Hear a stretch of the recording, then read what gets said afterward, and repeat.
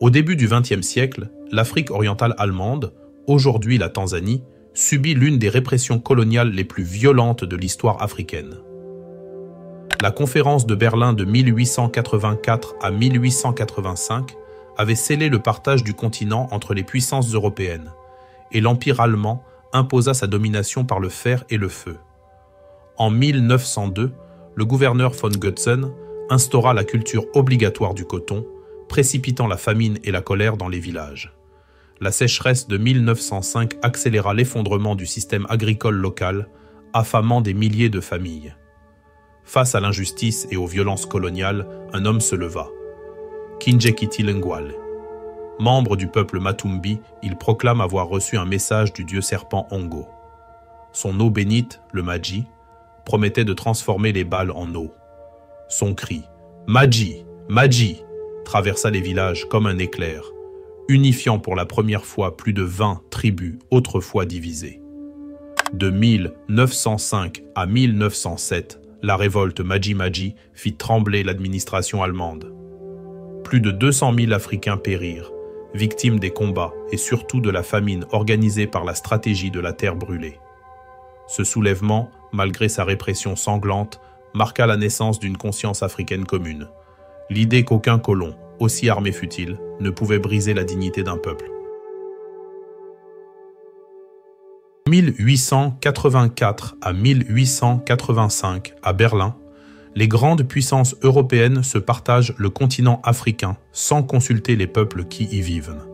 L'Allemagne, nouvel acteur de l'expansion coloniale, obtient notamment l'Afrique orientale, aujourd'hui la Tanzanie, ainsi que le Rwanda et le Burundi. Pour s'implanter rapidement, le gouvernement impérial mandate des aventuriers comme Karl Peters. Entre 1885 et 1889, ce dernier signe, sous la menace ou la supercherie, des traités avec des chefs locaux, légitimant aux yeux de l'Europe la présence allemande. Dès leur installation, les autorités coloniales instaurent une domination brutale. Les expropriations de terres, les pendaisons publiques et les humiliations se multiplient, détruisant les structures sociales africaines. Les chefs locaux sont contraints de devenir les relais d'une administration impitoyable. En 1891, la Compagnie allemande de l'Afrique orientale est dissoute, et Berlin reprend directement le contrôle des colonies. En 1898, l'Allemagne impose à ses colonies d'Afrique orientale un impôt de capitation, prélevant une taxe annuelle sur chaque adulte africain. Pour s'acquitter de cette taxe, les villageois doivent fournir de la main-d'œuvre forcée. En 1902, le gouverneur von Goetzen impose en plus la culture obligatoire du coton. Les chefs de village, sous la menace allemande, doivent réquisitionner des hommes, des femmes et même des enfants pour travailler dans les champs de coton, au détriment des cultures vivrières. Cette monoculture forcée, alliée à la sécheresse de 1905, provoque une famine sans précédent. Les villages se vident de leurs forces vives, et les femmes, laissées seules, ne peuvent plus assurer la subsistance des familles. Les mères, épuisées, témoignent des enfants mourant de faim, tandis qu'elles labourent les champs pour le compte de l'oppresseur. L'humiliation était quotidienne. Coups, injures, confiscation des récoltes et punitions collectives rythment la vie des populations locales. Sous la férule coloniale, la dignité des Africains est brisée. Mais au fond des villages, une révolte sourde couve, portée par la mémoire et la soif de justice. Dans les collines du sud de l'actuelle Tanzanie, au village de Ngarambe, naît un homme dont le nom allait devenir un cri de ralliement pour des milliers d'Africains, Kinjekitile Ngwale. Issu du peuple Matumbi, Kinjekitile se présente comme un guide spirituel et un guérisseur, dont la réputation grandit alors que la colère contre l'administration coloniale allemande monte. En 1905, alors que la réquisition forcée de coton et l'impôt de capitation asphyxient les villages, Kinjekitile affirme avoir été visité par l'esprit Ongo, un serpent mythique. Il proclame avoir reçu un message divin. Les Allemands n'ont aucun droit sur ces terres et les Africains doivent se lever pour reprendre leur dignité. Son arme spirituelle, une eau sacrée, le Maji, concoction de mil, de sorgho et de foie, censé rendre les guerriers invincibles face aux balles allemandes. Dans les villages, Le message se propage à la vitesse d'un feu de brousse. Les Pogoro, les Aramo, les Bena et tant d'autres viennent écouter le prophète du serpent. Les anciens, méfiants, se laissent convaincre par les prières et les incantations. Les femmes et les enfants recueillent l'eau sacrée dans des calebasses, persuadés qu'aucune arme ne pourra les atteindre. Kinjekitile devient ainsi le ciment d'une unité nouvelle, transcendante et inédite entre tribus autrefois rivales. Les guerriers, leurs visages peints et leurs lances levées, se préparent à l'affrontement. Dans le vent du soir, le cri « Maji » s'élève, porteur d'espoir et de défi. Kinjekitile sait que l'heure est proche. Le soulèvement couve, prêt à embraser toute l'Afrique orientale allemande. Le 31 juillet 1905, dans les collines Matumbi, un groupe de travailleurs refuse de récolter le coton imposé par les Allemands. Ce geste symbolique marque le point de départ du soulèvement. Les insurgés attaquent les garnisons allemandes à Nandet et dans la vallée de Rufiji. Les premiers succès, surprenants pour les autorités coloniales, provoquent la panique dans les postes allemands. Les administrateurs et missionnaires, peu préparés à une insurrection coordonnée, fuient ou appellent des renforts. Ainsi débute la grande révolte Maji Maji, un soulèvement d'une ampleur sans précédent dans l'Afrique orientale allemande. Après les premières attaques menées par les Matumbi, un besoin d'unité se fait sentir. Les peuples révoltés comprennent que seule une alliance forte pourra défier les troupes coloniales.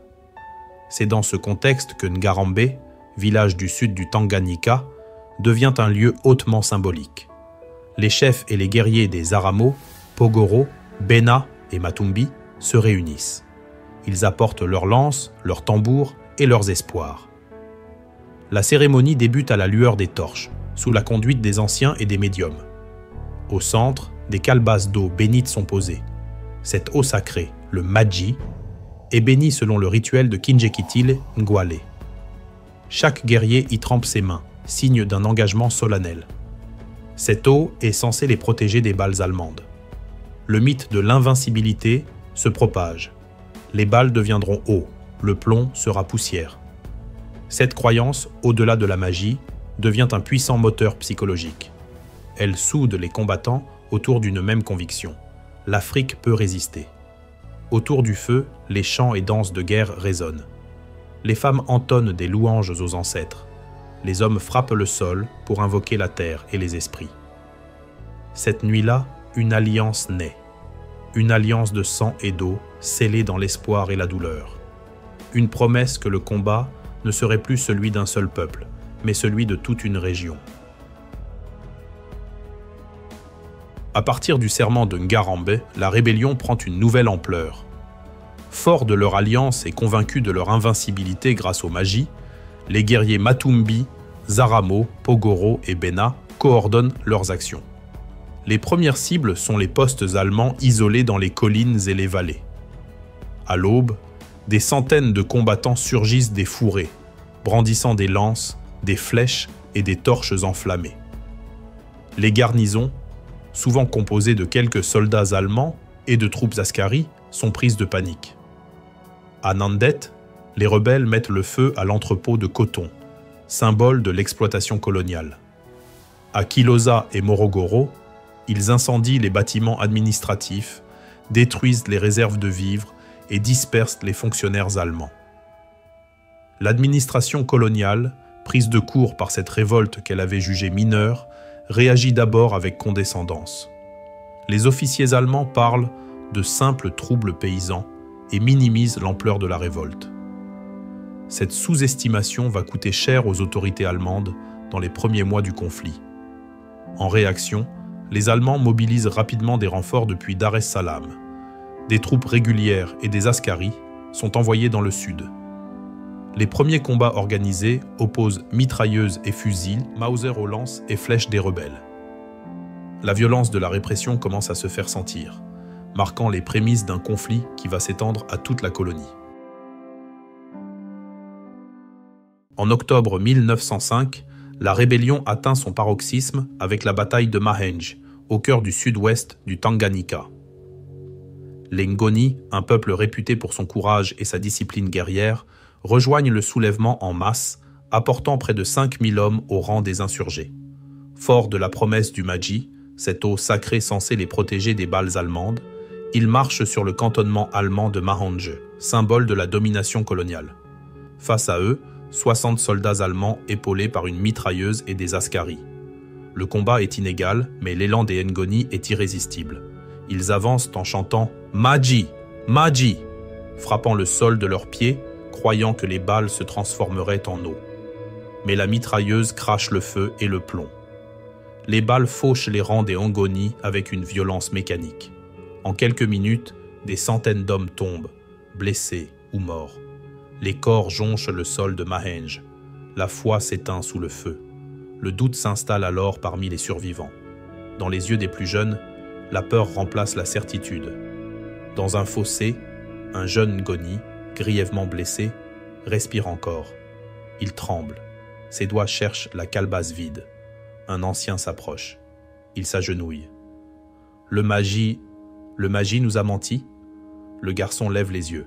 Sa voix est faible, mais elle porte plus loin qu'un canon. Le Maji n'a pas menti. C'est moi qui ai oublié d'avoir la foi. Et il meurt, les yeux ouverts vers le ciel, comme s'il y voyait encore quelque chose que les autres avaient perdu. Cette phrase, transmise de bouche à oreille, marque un tournant dans la rébellion. Le mythe de l'invincibilité est fissuré. Les Allemands, eux, comprennent qu'ils doivent intensifier la répression. La bataille de Mahange devient ainsi le symbole tragique du choc entre la foi et la mitrailleuse, entre le courage africain et la violence industrielle européenne. Après la défaite sanglante de Mahange, les autorités allemandes comprennent qu'écraser la rébellion par la seule force militaire ne suffit pas. Ils décident alors de recourir à une arme implacable, la faim. Sous les ordres du gouverneur Gustav Adolf von Götzen et de ses officiers, les troupes coloniales appliquaient la tactique de la terre brûlée à grande échelle. Les soldats incendient systématiquement les villages soupçonnés de soutenir la rébellion. Les greniers sont vidés et incendiés, les cultures, millet, sorgho, maïs, sont coupés ou arrachés avant d'être livrés aux flammes. Même les arbres fruitiers, source vitale de nourriture, sont abattus. Partout, la désolation remplace les récoltes. Les sentiers autrefois bordés de rizières et de champs fertiles deviennent des chemins de cendres. La violence n'épargne personne. Les femmes, les vieillards, les enfants voient disparaître les maigres ressources qui leur permettaient de survivre. Les témoignages des missionnaires allemands eux-mêmes, rares et souvent biaisés, évoquent des enfants squelettiques, des mères incapables de nourrir leur progéniture, des familles réduites à manger des racines et des écorces. Dans certains villages, des cadavres de femmes et d'enfants sont retrouvés au pied des huttes incendiées, victimes de la faim et des épidémies qui suivent la disette. La famine, ainsi organisée, devient une arme de guerre redoutable. Elle brise les solidarités villageoises et épuise la résistance morale des populations. Elle transforme les rebelles en fugitifs, trop faibles pour porter les armes, trop affamés pour soutenir un assaut. En quelques mois, la famine provoque plus de morts que les balles allemandes. Ainsi, la faim devient l'arme la plus efficace de l'empire colonial allemand, pour soumettre un peuple dont la résistance avait pourtant semblé inébranlable. Après la défaite de Mahange et le déploiement des tactiques de la terre brûlée, la rébellion Maji-Maji entre dans une phase plus diffuse mais non moins courageuse, celle de la guérilla. Dans les forêts et les collines du sud de l'actuelle Tanzanie, de petits groupes de résistants, souvent des familles entières, refusent de se soumettre. Ils se déplacent sans cesse, échappant à la vigilance des patrouilles allemandes, frappant là où l'ennemi s'y attend le moins, attaques surprises contre les convois, embuscades dans les gorges et les rivières, incendies ciblés des postes de surveillance. Cette guérilla, bien que dispersée, force les Allemands à mobiliser encore plus de troupes. En réponse, Berlin expédie des renforts conséquents, près de 1000 soldats réguliers allemands, appuyés par des marins envoyés depuis la Nouvelle-Guinée et par les askaris africains sous commandement allemand. Ces forces supplémentaires apportent avec elles des mitrailleuses, des canons légers et de nouvelles tactiques de contre-insurrection. Face à cette machine de guerre allemande, les derniers cercles de résistants voient leurs ressources diminuer chaque jour. Les famines orchestrées, les villages détruits, et les alliances tribales fragilisées réduisent la capacité des combattants à poursuivre la lutte. La répression allemande s'intensifie alors dans une brutalité systématique. Pendaisons publiques de chefs rebelles, exécutions sommaires, humiliations rituelles pour décourager toute nouvelle insurrection. Les récits allemands de l'époque, souvent justifiés par une rhétorique de civilisation et de pacification, masquent à peine la réalité. Un massacre planifié pour écraser définitivement toute velléité de liberté. Ainsi se clôt le dernier acte de la révolte Maji-Maji. Une poignée de combattants déterminés, mais isolés, face à un empire colonial résolu à briser à jamais l'espoir d'unité et d'indépendance africaine. Alors que la rébellion Maji-Maji s'étiole dans les collines, quelques figures se dressent encore, refusant de céder à la peur ou à la faim. Parmi elles, Sonjia Mbano, chef Ngoni, incarne le courage et la résistance des peuples africains face à la machine coloniale allemande. Né dans une région déjà marquée par les conflits coloniaux, Sonjia Mbano avait compris dès les premiers jours que le combat ne serait pas seulement contre les fusils, mais contre un système tout entier. Il mobilise les siens, hommes, femmes, anciens guerriers, et rallie à sa cause d'autres petits groupes dispersés. Avec quelques compagnons fidèles, il mène des attaques ciblées, harcèle les convois allemands, incendie les stocks de vivres et tend des embuscades. Leur audace inspire un espoir fragile parmi les survivants de la rébellion, mais alerte aussi les autorités allemandes. Traqué sans relâche, Sonjia Mbano est finalement capturé par les troupes coloniales. Son arrestation marque un tournant psychologique. Les Allemands espèrent briser définitivement l'élan des insurgés en décapitant le mouvement. En 1906, à Sonjia, la ville qui porte aujourd'hui son nom, lui et 66 de ses compagnons sont condamnés à mort. Les pendaisons publiques sont organisées pour servir d'exemple. Les foules sont forcées d'assister à la sentence, sous la menace des fusils allemands. Face à la potence, Sonjia Mbano se dresse et prononce des mots restés gravés dans la mémoire collective. « Tuez-moi, mais sachez que l'eau coulera encore après moi. » Par cette phrase, il scelle le destin de la rébellion, transformant sa mort en symbole. L'idée du Maji-Maji, l'idée d'unité africaine, ne peut être pendue, ne peut être vaincue par la violence. Elle continuera à couler dans les veines du continent, alimentant les luttes futures pour la dignité et la liberté.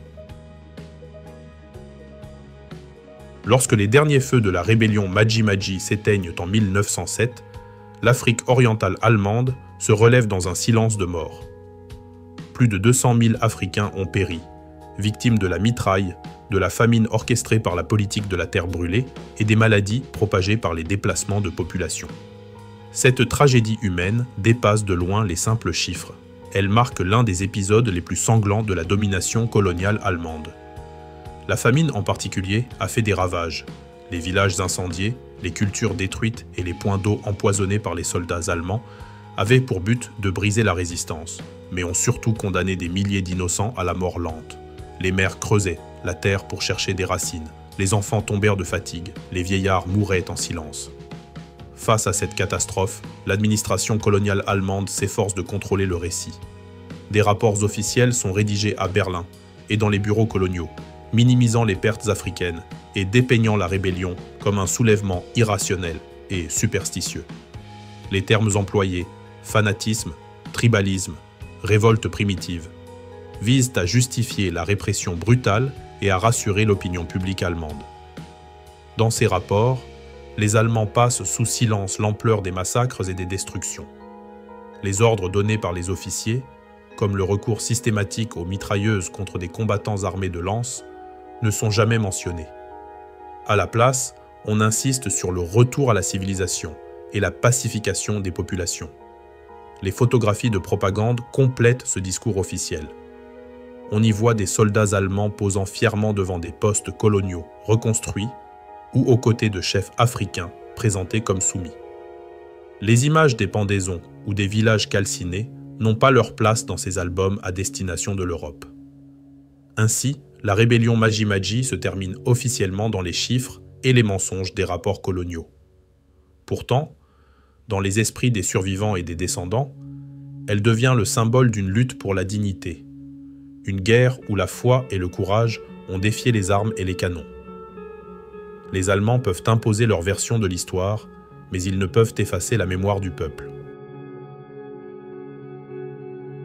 Plus d'un siècle après les événements tragiques de la rébellion Maji-Maji, le 1er novembre 2023 marque un tournant symbolique. À Sandjia, lieu de mémoire et théâtre des pendaisons massives ordonnées par les autorités coloniales allemandes, le président fédéral allemand Frank-Walter Steinmeier prononce un discours historique. Face aux descendants des victimes, il déclare « Je m'incline devant les victimes de la domination coloniale allemande. En tant que président allemand, je voudrais demander pardon pour ce que les Allemands ont fait subir ici à vos ancêtres. » Ce geste solennel vient rompre un long silence officiel. Pendant des décennies, l'Allemagne avait occulté son passé colonial derrière les drames plus récents du XXe siècle. Ce n'est que dans les années 2000 que le pays commence timidement à assumer ses responsabilités historiques en Afrique. Les historiens et les associations mémorielles rappellent alors le prix humain de la rébellion Maji-Maji. Entre 200 000 et 300 000 morts, la majorité victime de la famine provoquée par la tactique de la terre brûlée. Ce discours de pardon s'inscrit dans une série d'initiatives mémorielles. Avant même les mots du président Steinmeier, l'Allemagne avait restitué des crânes et des restes humains aux communautés africaines, notamment en Namibie et en Tanzanie, pour réparer symboliquement les violences infligées à ces peuples. Mais pour beaucoup, ces gestes restent insuffisants face à l'ampleur des destructions et des souffrances endurées par les populations africaines. Dans la mémoire africaine, et plus particulièrement tanzanienne, la rébellion Maji-Maji occupe une place centrale.